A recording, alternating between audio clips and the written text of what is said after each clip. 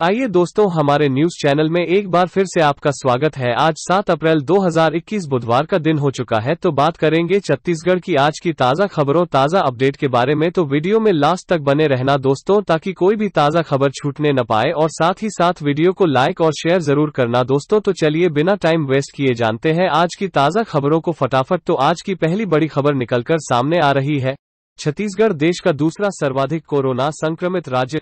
Chhattisgarh corona virus का संक्रमण खतरनाक रूप लेता जा रहा है। राज्य में कोरोना के सक्रिय केस की संख्या 44,296 हो गई है। यह आंकड़ा महाराष्ट्र के 4,52,777 के बाद सबसे ज्यादा है।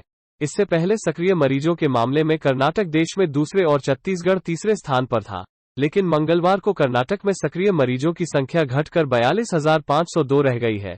छत्तीसगढ़ में अब तक कुल 3,76,348 लोग कोरोना संक्रमित हो चुके हैं। राज्य के स्वास्थ्य विभाग की सोमवार को जारी रिपोर्ट के अनुसार राज्य में कोरोना संक्रमित हुए लोगों में से 3,27,689 लोग ठीक हो चुके हैं। इनमें से 1,06,033 अस्पताल और 2,21,656 होम आइसोलेशन में थे। राज्य में कोरोना के सबसे ज्यादा सक्रिय मामले इस वक्त दुर्ग में हैं।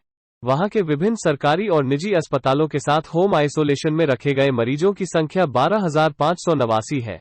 वहीं रायपुर में सक्रिय मरीज 10,775 हैं। सक्रिय मरीजों के मामले में राजनांदगांव जिला प्रदेश में तीसरे स्थान पर है। वहां अभी 3,701 लोग कोरोना संक्रमित हैं। अगला ब्रेकिंग न्यूज है दोस्तों, दुर्ग में टोटल लॉकडाउन, बेवजह घूमने वालों पर होगी FIR.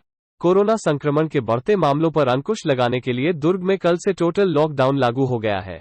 Collector doctor Sarveshwar Narendra भूरे ने 6 से 14 अप्रैल तक लॉकडाउन की घोषणा की है। वहीं मंगलवार सुबह से ही लॉकडाउन का असर दिख भी रहा है। सभी दुकानें बंद हैं और सड़कों पर वीरानी नजर आ रही है।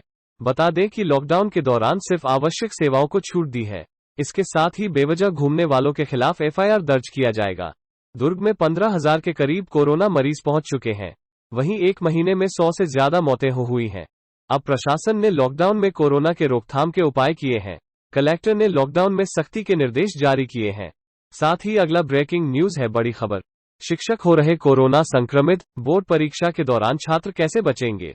रायपुर। छत्तीसगढ़ में 15 अप्रैल से बोर्ड परीक्षा शुरू हो रहे हैं, लेकिन परीक्षा से पहले कई शिक्षक कोरोना संक्रमित हो चुके हैं। अगर स्कूलों में शिक्षक के साथ अन्य स्टाफ संक्रमित होंगे तो छात्र संक्रमण से कैसे बचेंगे, यह एक बड़ा सवाल है। ताजा मामला राजधानी रायपुर के राजा तालाब स्थित बीपी पुजारी स्वामी आत्मानंद अंग्रेजी मीडियम स्कूल का है। यहां देखते देखते 6 शिक्षक एवं अन्य स्टाफ कोरोना संक्रमित हो गए। बावजूद इसके न स्कूल को सैनिटाइज कराया गया, न संक्रमित मरीज के संपर्क में आने वालों लोगों को क्वारंटाइन किया गया है। रोज की तरह स्कूल खोला जा रहा है। स्टाफ को दबाव बनाकर बुलाया जा रहा है। गौर करने वाली बात यह है कि 15 अप्रैल से बोर्ड परीक्षा के लिए स्कूल को सेंटर बनाया गया है। ऐसे में बच्चों को कोरोना से संक्रमित बड़ी लापरवाही देखने मिल रही है कि अभी कोरोना ट्रेसिंग के लिए फोन भी नहीं आया है और न ही स्कूल को सैनिटाइज किया गया है। स्कूल को बंद करने की जगह दबाव पूर्वक स्कूल में सभी स्टाफ को बुलाया जा रहा है। जानकारी के मुताबिक स्कूल के आसपास 50 से ज्यादा लोग संक्रमित हो चुके हैं। 15 अप्रैल से बोर्ड परीक्षा है, स्कूल बंद नहीं किए तो खतरे में छात्र होंगे। अगला अपडेट है दोस्तों, बीजापुर नक्सल एनकाउंटर। सीआरपीएफ के डीजी कुलदीप सिंह ने कहा, जवान के नक्सलियों की कैद में होने की पुष्टि कर रहे हैं, तलाश के लिए ऑपरेशन भी प्लान होगा। छत्तीसगढ़ के बीजापुर में मुठभेड़ के दौरान लापता जवान के नक्सलियों के कब्जे में होने के मामले में सीआरपीएफ के डीजी कुलदीप सिंह ने ट्वीट किया है।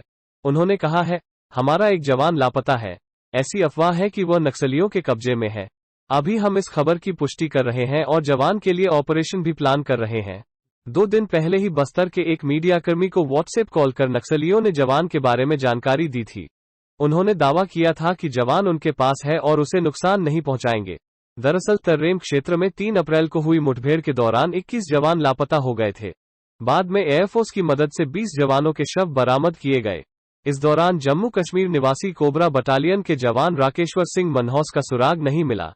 इस बीच नक्सलियों दावा किया था कि जवान उनके पास है। सीआरपीएफ के डीजी के साथ साथ छत्तीसगढ़ के सीनियर पुलिस ऑफिसर्स का भी मानना है कि जवान नक्सलियों के पास है। हालांकि इस संबंध में कोई भी आधिकारिक बयान जारी नहीं कर रहा है। इससे पहले भी नक्सली जवानों को अपनी गिरफ्त में रखते रहे हैं।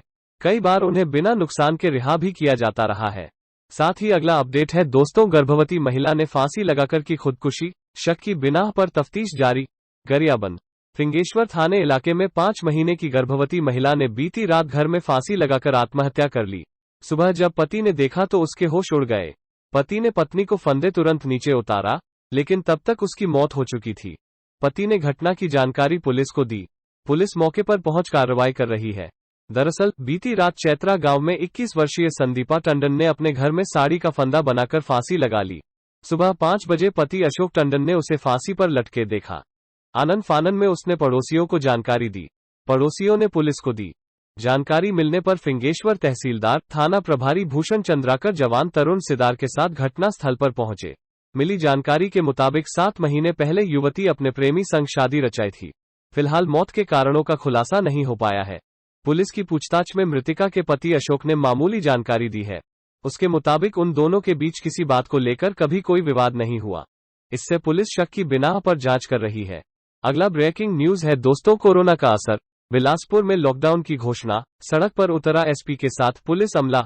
बिलासपुर कोरोना के बढ़ते संक्रमण को ध्यान में रखते हुए बिलासपुर जिला प्रशासन ने नगरीय निकाय क्षेत्र में 7 से 16 अप्रैल तक के लिए लॉकडाउन की घोषणा कर दी है।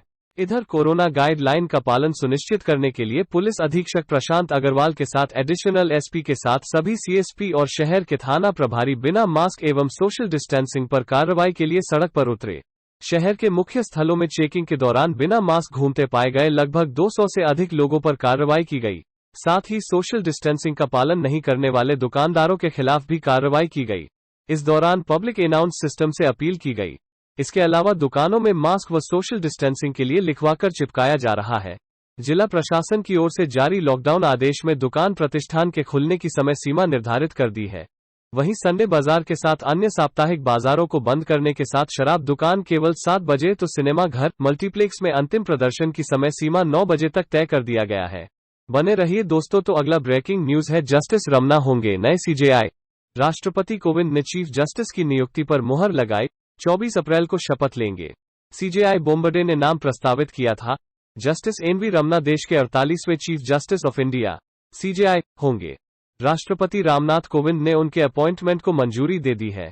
राष्ट्रपति से मंजूरी मिलने के बाद जस्टिस रमन्ना अब 24 अप्रैल को शपथ लेंगे। वे मौजूदा सीजेआईएसए बोम्बडे के बाद सुप्रीम कोर्ट के दूसरे सीनियर मोस्ट जज हैं। जस्टिस बोम्बडे ने नाम प्रपोज किया गया था। सीजेआई बोम्बडे ने जस्टिस रमन्ना नाम प्रस्तावित किया था। बोम्बडे 23 अप्रैल को रिटायर होने वाले हैं। नियमों के मुताबिक सीजेआई को अपने रिटायरमेंट से 1 महीने पहले नए चीफ जस्टिस के नाम का प्रस्ताव कानून मंत्रालय को भेजना होता है। यहां से मंजूरी के बाद इसे राष्ट्रपति को भेजा जाता है। आंध्र प्रदेश हाईकोर्ट के पहले ऐसे जज जो सीजेआई बनेंगे। जस्टिस रमन्ना आंध्र प्रदेश हाईकोर्ट के पहले ऐसे जज हैं जो सीजेआई बनने जा रहे हैं। जस्टिस रमन्ना 26 अगस्त 2022 को रिटायर होंगे, यानी उनका कार्यकाल 2 साल से कम बचा है। नवंबर 2019 में जस्टिस बोम्बडे ने 47वें सीजेआई के रूप में शपथ ली थी। जस्टिस रंजन गोगोई के रिटायरमेंट के बाद जस्टिस बोम्बडे को सीजेआई बनाया गया था। इससे पहले केंद्र सरकार ने पिछले हफ्ते ही जस्टिस बोम्बडे से कहा था कि वे अगले सीजेआई का नाम सुझाएं। कानून मंत्री रविशंकर प्रसाद ने बोम्बडे को इस बारे में खत भेजा था। नेक्स्ट अपडेट है, कोरोना में फिर वर्चुअल सुनवाई। छत्तीसगढ़ हाईकोर्ट में 7 अप्रैल से लागू होगी व्यवस्था। निचली अदालतों में आज से रोटेशन पर सुनवाई। छत्तीसगढ़ में बढ़ते कोरोना संक्रमण का साया एक बार फिर हाईकोर्ट और निचली अदालतों में होने वाली सुनवाई पर पड़ा है। हाईकोर्ट में अब बुधवार 7 अप्रैल से मामलों की सुनवाई वर्चुअल यानी ऑनलाइन होगी। हाईकोर्ट परिसर में भीड़ को नियंत्रित रखने के लिए कहा गया कि अधिवक्ता भी तभी आए जब उनके मामले की सुनवाई हो या केस फाइल करना हो। वहीं निचली अदालतों में भी मंगलवार से रोटेशन के आधार पर सुनवाई होगी। बिलासपुर हाईकोर्ट में रोस्टर के तहत आवश्यकता के अनुसार चीफ जस्टिस की ओर से सुनवाई के लिए अलग अलग बेंच निर्धारित की जाएगी। वहीं काउंटर के माध्यम से नई फाइलिंग यानी नई याचिकाएं और अपील दायर की जा सकेंगी। किसी विशेष बेंच के समक्ष सूचीबद्ध होने वाले मामलों की संख्या संबंधित बेंच की ओर से ही तय होगी। मामले की तत्काल सूची के लिए उल्लेख पर्ची न्यायिक रजिस्ट्रार के समक्ष प्रस्तुत की जाएगी। हाईकोर्ट ने भीड़ से बचने के लिए अधिवक्ताओं से भी अपील की है। रजिस्ट्रार जनरल की ओर से कहा गया है कि अधिवक्ता कोर्ट परिसर में तभी आएं जब उन्हें याचिकाएं लगानी हो या उनका कोई मामला किसी कोर्ट में सूचीबद्ध हो। वहीं अधिकारियों और कर्मचारियों की भी न्यूनतम संख्या रखने के आदेश दिए गए हैं। हालांकि संख्या और जरूरत को देखते हुए इसका निर्णय अनुभाग और प्रशासन के प्रमुख करेंगे। सुबह 11 बजे से दोपहर 2 बजे तक ही होंगे काम। साथ ही अगला ब्रेकिंग न्यूज है, कोरोना देश में। पिछले महीने एक हफ्ते में औसतन 97 मौतें हो रही थीं। अब 4.5 गुना बढ़ोतरी के साथ आंकड़ा 490 हुआ। देश में कोरोना का बढ़ता ग्राफ डरा रहा है। रोजाना आने वाले संक्रमितों के साथ मौतों का आंकड़ा भी तेजी से बढ़ रहा है। 4 अप्रैल को 1 लाख से ज्यादा नए केस आने के बाद सोमवार को करीब 97,000 लोगों में कोरोना की पुष्टि हुई। इस दौरान 400 से ज्यादा लोगों की मौत भी हुई। पिछले एक महीने में हफ्ते में हुई औसतन मौतों की बात करें तो 8 मार्च को देश में औसतन 97 मौतें दर्ज की गई थीं। यह आंकड़ा 5 अप्रैल को बढ़कर 490 तक पहुंच गया। यानी हफ्ते में होने वाली औसतन मौतों में 4 गुना से भी ज्यादा की बढ़ोतरी दर्ज की गई। दिल्ली में 30 अप्रैल तक नाइट कर्फ्यू। कोरोना के बढ़ते मामलों पर लगाम लगाने के लिए दिल्ली सरकार ने बड़ा कदम उठाया है। यहां की केजरीवाल सरकार ने दिल्ली में 30 अप्रैल तक रात 10 बजे से सुबह 5 बजे तक नाइट कर्फ्यू लगाने का फैसला किया है। इस दौरान दिल्ली में किसी भी तरह की गतिविधि पर पूरी तरह प्रतिबंध रहेगा। इसके साथ ही आवाजाही पर भी पाबंदी रहेगी। दिल्ली सरकार का आदेश तत्काल प्रभाव से लागू होगा। हालांकि इस दौरान जरूरी सेवाओं से जुड़े लोगों को राहत दी जाएगी। दिल्ली में बीते 4 दिनों से 3,500 से ज्यादा मामले सामने आ रहे हैं और पॉजिटिविटी रेट भी 5.5% से ऊपर पहुंच गया है, जिसे ध्यान में रखते हुए ये फैसला किया गया है। साथ अगला ब्रेकिंग न्यूज है, क्लिनिक में अकेला पाकर डॉक्टर ने किया युवती के साथ रेप, पुलिस ने किया गिरफ्तार। रायपुर के गुढ़ियारी थाना इलाके में एक डॉक्टर ने क्लिनिक में महिला के साथ जबरदस्ती रेप किया है। दुष्कर्म के बाद महिला की गला घोंटकर हत्या करने की कोशिश भी की। वारदात की शिकायत के बाद पुलिस ने आरोपी डॉक्टर के खिलाफ रेप और हत्या के प्रयास का केस गिरफ्तार कर लिया है।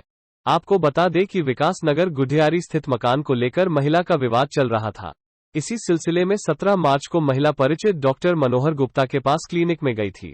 तभी डॉक्टर मनोहर ने क्लिनिक में महिला को अकेला पाकर उसके साथ जबरन दुष्कर्म किया।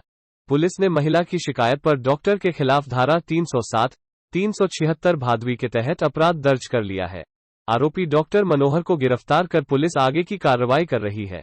नेक्स्ट खबर है, गरियाबंद जिला महिला कांग्रेस अध्यक्ष का हुआ निधन, कोरोना रिपोर्ट आई पॉजिटिव। गरियाबंद जिला महिला कांग्रेस अध्यक्ष ममता राठौर का मंगलवार सुबह आकस्मिक निधन हो गया है। उन्हें अचानक सांस लेने में तकलीफ हुई, जिसके बाद उन्हें जिला अस्पताल ले जाया गया, जहां उनकी मौत हो गई। जिला मुख्य चिकित्सा अधिकारी एनआर नवरत्न ने इसकी पुष्टि करते हुए बताया कि गंभीर हालत में उन्हें अस्पताल लाया गया था। उन्हें सांस लेने में कठिनाई हो रही थी। उनका कोविड चेक किया गया तो पॉजिटिव आया। कुछ देर बाद ही उनकी मौत हो गई है। जिलाध्यक्ष के आकस्मिक निधन पर शहर में शोक की लहर फैल गई है। उनकी पार्टी सहित दूसरी पार्टी के नेताओं ने भी उनकी मौत पर गहरा दुख व्यक्त किया है। विधायक अमितेश शुक्ल एवं पालिका अध्यक्ष गफ्फू मेमन, एल्डरमैन हरमेश चावड़ा ने भी उनके निधन पर अपनी संवेदनाएं प्रकट की है। गौरतलब है कि ममता राठौर कांग्रेस की एक तेजतर्रार महिला नेत्री रही है। इससे पहले वे गरियाबंद की पालिका अध्यक्ष भी रह चुकी हैं। कांग्रेस में भी वे कई पदों पर रह चुकी हैं। उनके निधन से न केवल कांग्रेस को बल्कि गरियाबंद शहर को भी एक बड़ी क्षति पहुंची है।